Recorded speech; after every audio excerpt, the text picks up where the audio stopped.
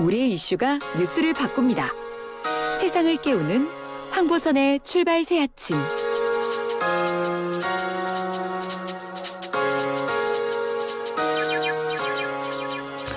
네, 문재인 대통령 어제 오후에 출국해서요. 우리 시간으로 오늘 새벽 한 서너 시쯤 미국에 도착했습니다.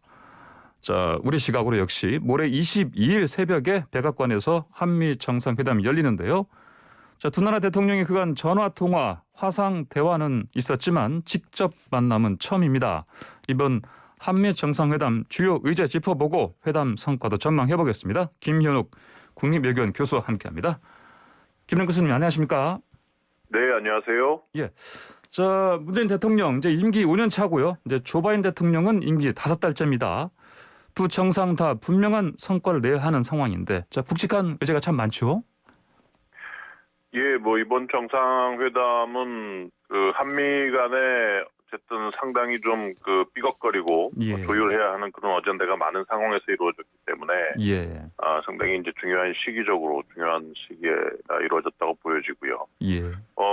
중요한 이슈들이 많습니다. 북한 정책, 대북 정책을 어떻게 하느냐의 문제, 그리고 실질적으로 지금 미국이 계속 원하는 것, 즉 한국이 좀 미국 쪽으로 들어와라. 지금 미중 경쟁에서 왜 이렇게 애매하게 자세를 취하고 있느냐. 예. 이러한 부분과 관련해서 반도체, 자동차 배터리, 백신 이런 협력들이 또 한미 간에 어떻게 진전이 될지, 그리고 계속 한미일 3자 협력을 미국이 요구를 해왔는데 예.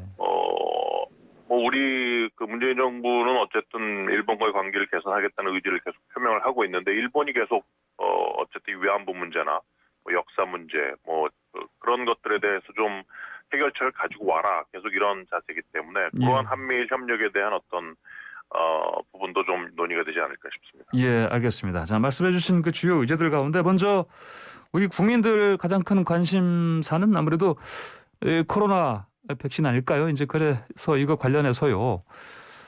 이호승 청와대 정책실장이 얼마 전에 정상회담 이번 주의 의제 중 하나가 한미 간 백신 파트너십이다 얘기했는데, 이건 백신 스와프 얘기 아니겠습니까? 보니까 미국 부통령도 좀 긍정 신호를 보낸 것 같고요. 이게 잘 성과가 나올까요? 어떻게 생각하십니까?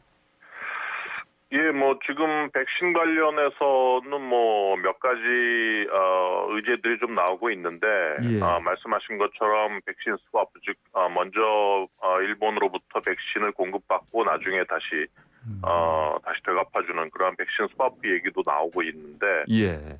그보다 더 중요한 거는 삼성 바이오로직스나 모더나 이러한 각국의 양국의 이제 백신 회사들이 MOU를 맺어서 아예 한국이 위탁 생산 같은 것을 할 수 있는, 즉 지금 인도를 세계 백신 공장으로 만들려고 하는데 인도에 너무 코로나 상태가 안 좋기 때문에 백신을 다른 나라에 공급하기는 인도 내 수급도 지금 상당히 힘들단 말이에요. 그래서 세계 아니면 아시아 지역의 어떤 백신의 어떤 공급 어떤 지역으로서 허브로서 한국을 활용하는, 즉 한국이 미국의 어떤 주요 백신의 주요 생산 기지가 될 수 있는 그러한 부분들이 지금 한미 간에 논의가 되고 있기 때문에 이 부분은 상당히 한국의 어떤 추후의 어떤 이익에도 상당히 중요한 부분이라고 보여집니다. 예, 알겠습니다. 자, 그리고 방금 말씀하신 반도체 배터리 있지 않습니까? 이게 또 미국 입장에서는 급한 분야 아니겠습니까? 그래서 우리 지금 경제 사절단에 보면은 삼성, LG 여러 기업들이 들어가 있고요. 그렇다면은 공급망 확대 이 부분 관련해서 우리 측에 요구하는 게 좀 많이 있지 않겠습니까?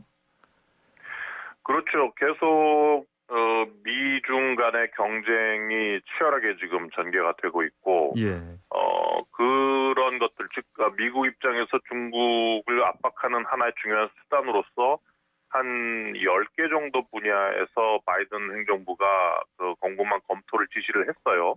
그리고 그 중에서도 이제 중요한 것이 즉 첨단 산업 관련된 부분에서도 이제 반도체라든지 자동차 배터리 이런 것들이 매우 중요하게 5G라든지 이런 것들이 매우 중요하게 작용을 하는데, 이번에 이제 한미 간에 이제 의제 조율이 있었을 것으로 보이고, 한국이 요구하는 것과 미국이 요구하는 것이 있을 텐데, 미국이 요구하는 게 이제 계속 이런 것들이죠. 지금 자동차용 그 반도체가 전 세계적으로 공급 부족 현상을 보이고 있기 때문에 예.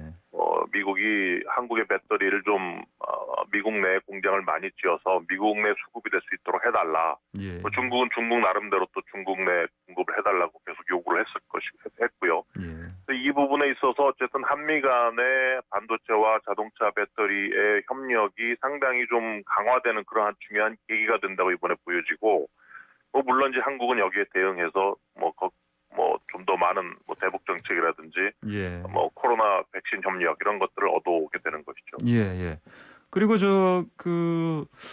이 경제사절단에 우리 주요 기업 그룹들이 이제 경영진이 갔으니까 또 네. 미국 내에서 뭐 투자 것도 새로 하는 거 그 규모도 좀 발표가 되지 않겠습니까? 그렇죠. 이번에 참석자들 SK, 삼성전자, 현대자동차 이런 경영진들이 같이 참석을 하고 있고, 미국에서는 포드, 퀄컴, 인텔 이런 경영진들이 참석을 하고 있기 때문에 예. 아무래도 미국 내 한국 기업들의 투자 계획이 이번에 또 결론이 날 걸로 보입니다. 이미 SK 같은 경우는 이제 조지아주에 배터리 공장을 지어놨기 때문에 이걸 또 예. 추가적으로 증설하는 문제라든지, 예. 또 반도체 공장을 삼성이 미국 내에 짓는 문제, 이런 것들이 또 중요하게 결론이 나겠죠. 예, 예. 자, 그리고 이번에 이제 한미 정상회담 그 또 큰 핵심 의제가 남북 관계 대북 네. 정책 아니겠습니까? 근데 이제 우리 정부에서 그 남북 관계 독자성, 독자적으로 남북 관계를 추진하겠다 이런 요구를 한 것 같은데요. 이게 수용이 잘 되겠습니까? 아직까지는 이제 바이든 쪽에서 별다른 반응이 없는 것 같은데. 네, 바이든 정부 대북 정책 관련해서 얼마 전에 어젠가요? 그젠가요? 커트 캠벨 그 인도 태평양 예. 조정관이 한국 언론사하고 이제 단독 인터뷰를 했습니다. 거기서 싱가포르 합의 수용 문제를 직접 거론을 했기 때문에 예. 아마 싱가포르 합의는 수용한다는 문제는 아마 양국의 어떤 스테이트먼트에서 이제 기재가 될 걸로 보이는데, 지금 예. 말씀하신 부분, 즉 남북관계 독자성을 한미 정상회담에서 좀 인정을 하는 문제, 즉 북미 관계와 상관없이 남북 관계는 독자적으로 갈 수 있다라는 거를 좀 한국이 인정해달라는 건데, 예.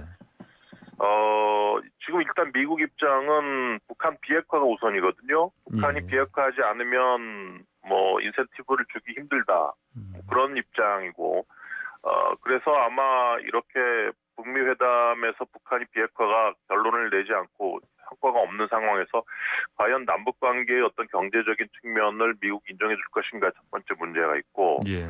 두 번째는 만약 이렇게 된다면 한미 동맹이 균열이 나는 거예요. 한미 양국의 대북 정책이 다른 방향을 갈 수밖에 없는 상황이 올 수 있기 때문에 예. 지금 바이든 정부가 이런 남북 관계 독자성 문제를 인정해 줄 것인가에 대해서는 저는 글쎄 좀 아직 의아한 입장인데, 결과는 좀 두고 봐야 되겠죠. 예. 그 바이든 정부의 그 대북 그 정책 어떤 관점이라든지 이런 부분에서 봤을 때 과거에 오바마 대통령 때라든지 아니면 네. 트럼프 대통령 때 그 상황의 어떤 중간지대로 지금 거기를 보고 있지 않느냐 또 이런 얘기 들리던데요. 어떤 방식으로 나타날까요? 이 부분은? 예, 바이든 정부 대북 정책 기조가 일단 대충 원칙은 드러났고, 예. 구체적인 면은 이번에 한미 정상회담 끝나고 발표가 될지는 두고 봐야 될 텐데, 어쨌든 명명한 걸 보면 실용적인 예. 조율되고 실용된 예. 접근법 이렇단 말이에요. 예. 그래서 이제 말씀하신 것처럼 그 트럼프 정부 때 볼튼 보좌관이 주장했던 그런 일괄 타결 방식도 아니고, 예. 오바마 때 아무것도 안 하고 제재만 가했던 그러한 전략적 인내도 아닌 중간지대, 즉 좀 더 실용적인, 지금 북한 입장에서 이미 핵 능력이 상당히 고도화됐기 때문에 예. 이거를 완전히 한꺼번에 없애는 거 쉽지 않고 북한도 응하지 않을 테니까 뭔가 단계적으로 협상을 해서 1단계로 북한을 동결시키는, 핵 능력과 핵 실험을 동결시키는 그러한 스몰 딜을 먼저 하자는 게 지금 바이든의 입장이고, 예. 아마 이 부분은 그 미국 입장에서는 주요 동맹국인 일본과 한국의 입장들을 상당히 같이 수용을 해서 결국 대북정책 리뷰를 결과를 내는데 예. 초기에 일본은 이런 스몰딜에 반대를 하는 입장이었단 말이에요. 그래서 지금까지 계속 전개되고 있는 미국의 대북 정책을 보면 한국 정부 입장이 상당히 많이 반영되고 있다 이렇게 봐야 되겠죠. 예. 그러면 뭐 그 이른바 그 종전 선언 있지 않습니까? 이거 네네. 관련해서 좀 진척이 있을까요? 이번 회담에서? 글쎄요. 일단 미국의 입장은 지금까지는 북미 간의 어떤 실무 협상이 시작하기 전에 줄 수 있는 거는 없다라는 입장입니다. 예.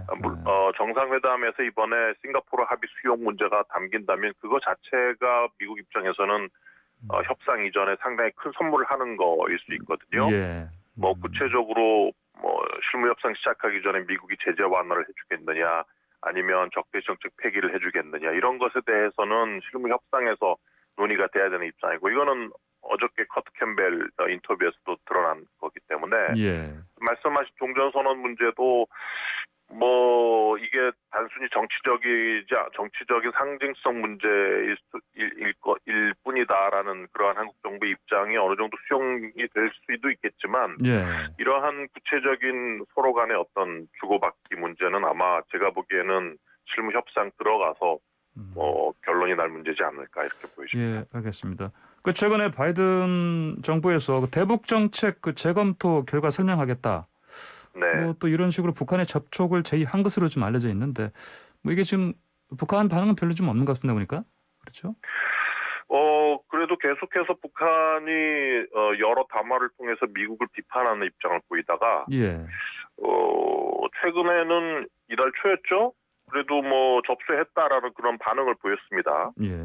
아마 북한 입장에서는 뭐 하노이 회담 실패라는 이유도 있고 어쨌든 북미 간의 기싸움, 회담이 시작하기 전에 뭔가 미국으로부터 많은 것을 일단 얻어내야겠다라는 그러한 뭐 전략적인 의도가 있었겠죠. 그래서 예. 뭐 계속해서 주장했던 것이 제재 완화 가지고는 안 된다. 예. 작년에 했었던 그런 예. 김여정 담화에서도 얘기를 했었고 예. 적대 정책 폐기를 먼저 해야 된다 이러한 요구를 계속 했었는데 이번에 정상회담에서 나오겠지만 제가 아까 말씀드렸다시피 미국이 이제 싱가포르 합의를 수용하겠다는 입장을 지금 보이고 있기 때문에 예. 아마 이 싱가포르 합의라는 것은 북한 입장에서 상당히 많은 함의가 있는 거거든요. 예. 북미 간의 새로운 뭐 관계를 구축한다든지 한반도의 평화 체제 그리고 뭐 한반도의 완전한 비핵화, 북한 비핵화가 아닌 뭐 이런 것들을 보여준다는 것은 아마 북한 입장에서도 이제는 실무 협상에 그래도 긍정적인 신호를 보이는 것이 아니냐 이렇게 보여집니다. 예, 알겠습니다. 자, 그러면은 이번에 이제 한미 정상회담 결과에 따라서 이제 북한이 든 이른바 무력 시위 카드 꺼내릴 가능성 이거 어떻게 좀 내다볼 수 있겠습니까? 지금 북한 입장에서는 물론 이제 지금 미중 간의 경쟁 구도가 상당히 격화되고 있고 그런 상태에서 북중 관계가 강화되면서 중국으로부터 뭐 어느 정도의 경제적인 지원을 받아낼 수 있는 그런 프레임은 마련을 했지만 예. 그래도 그것이 지금 현재 국내적인 어떤 경제 상황을 타개하기에는 충분치가 않다고 보여집니다. 그래서 북한 입장에서 북미 간의 어떤 실무 협상판을 쉽게 때려칠 수 있는 상황은 아니거든요. 예. 물론 이제 실무 협상 들어가 봤는데 뭐 기대하는 것처럼 미국이 뭐 여전히 강경한 태도를 보인다. 뭐 북한에게 뭐 아무것도 줄 것이 없이 비핵화만 요구를 한다. 이런 식으로 나오면 그때 가서는 레드라인을 넘는 도발을 할 가능성도 있겠지만 뭐 지금 한미 정상회담에서 나오는 그러한 얘기들을 가지고 뭐 북한이 도발을 한다. 물론 뭐 만족스럽지 못할 경우에는 뭐 저강도 도발 정도는 할 수 있겠지만 예. 뭐 레드라인을 넘는 뭐 ICBM이라든지 예. 뭐 핵실험이라든지 이런 거는 지금 상황에서는 예. 뭐 할 이유가 없겠죠. 예, 알겠습니다. 교수님 오늘 말씀 여기까지 듣겠습니다. 고맙습니다. 네, 감사합니다. 네, 지금까지 김현욱 국립묘기원 교수였습니다.